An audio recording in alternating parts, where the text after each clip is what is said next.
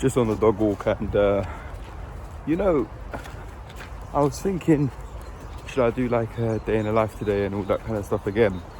But most of the day is going to be inside, just doing some work, and I didn't want it to be a case where it's just boring, you know. I think I'm gonna wash my car early in the morning, and then after that it's just gonna be on the laptop in the house all day. But there's one thing that I've wanted to put on the internet for a long time, just to see if anyone has answers for me. Alright, it's gonna sound crazy now, isn't it? It's gonna sound proper crazy. The first, don't even know how to explain it. Well, I do, but I actually like talk about it. I basically want to talk about the times that I've seen aliens. And I'm talking about proper aliens, not none of that rubbish in my dreams and all that, like physically seeing them. Alright? I've told so many people that I've come across, and told all my friends, my family and all that, and obviously some believe, some don't. Doesn't really matter, because honestly, when you've experienced something like this, my first experience was around like 7 or 8 years old in my parents' room, when we were all sleeping obviously at night time, and I was underneath the covers because I was one of those ones that was scared.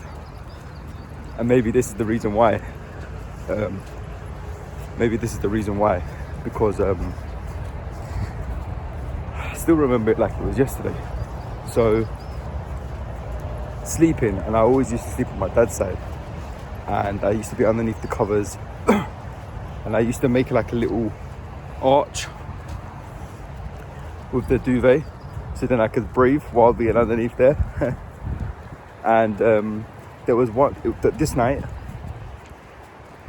I woke up for some reason, and I looked in between the gap, like the little hole that I made, and there were just them two standing there. They looked the same, but they weren't the same, if you understand what I mean. It's just like, how can I compare it? Like twins, but you could tell like there's tiny little features that are different. One was more forward and the other one was just over the shoulder.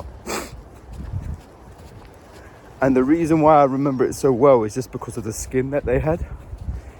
They had like a grey, and when I mean grey, like a grey undertone, like, I know it's gonna sound bad, but you know when someone dies and then their actual colour gets masked with a grey tint over it? It was like that. So it was green, a tilly colour, like a teal and a brown mixture with a grey over it, like a grey tint over it. But their skin was like a stingray skin, a brownie kind of stingray skin, and they had like a slime kind of layer. I can't explain it properly. Like, I can only explain it as like, let's say if you see a stingray, like a brownie kind of stingray with a little bit of tilly kind of colour in it, and you know how like fish have that kind of slime type of effect. They're not slimy, but it's just got that shine. That's what I can explain it like. And you could see in like a little bit of their skin was a little bit transparent, so you could see the veins and how the system was working. It was really weird, really weird.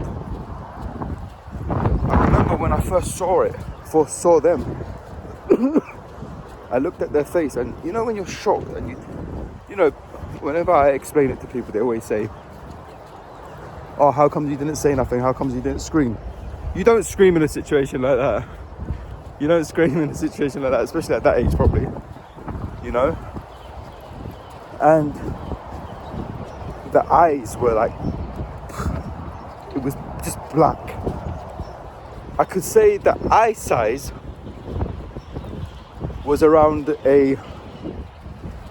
like a geese egg size, like, so it's like that. So if you compare it to our eyes, like, you know, but it's like they had sunglasses on, you know, like the darkness of blacked out sunglasses, same effect. So I don't think their eyes are actually black. I think they got like eyes like ours, much larger, but the black sunglass kind of eyes, the things that they put in their eyes, is just to protect the eyes so they don't just burn out from maybe lighting when they're out doing, I don't know what they were doing, maybe a mission, I don't know what they call it, observation. The next thing I noticed was how long their arms were compared to their body, right? So their arms were coming down and their hands basically stopped near their knees. Their head was much larger than ours compared to like the proportions of their actual body, and they only had like 3 fingers, so it was like this, like let's say if I can get that away, like that, but this thumb was much longer, like a finger with length for their thumb, and their other 2 fingers were like double the finger of a human. So elongated far more than the average human finger. I've actually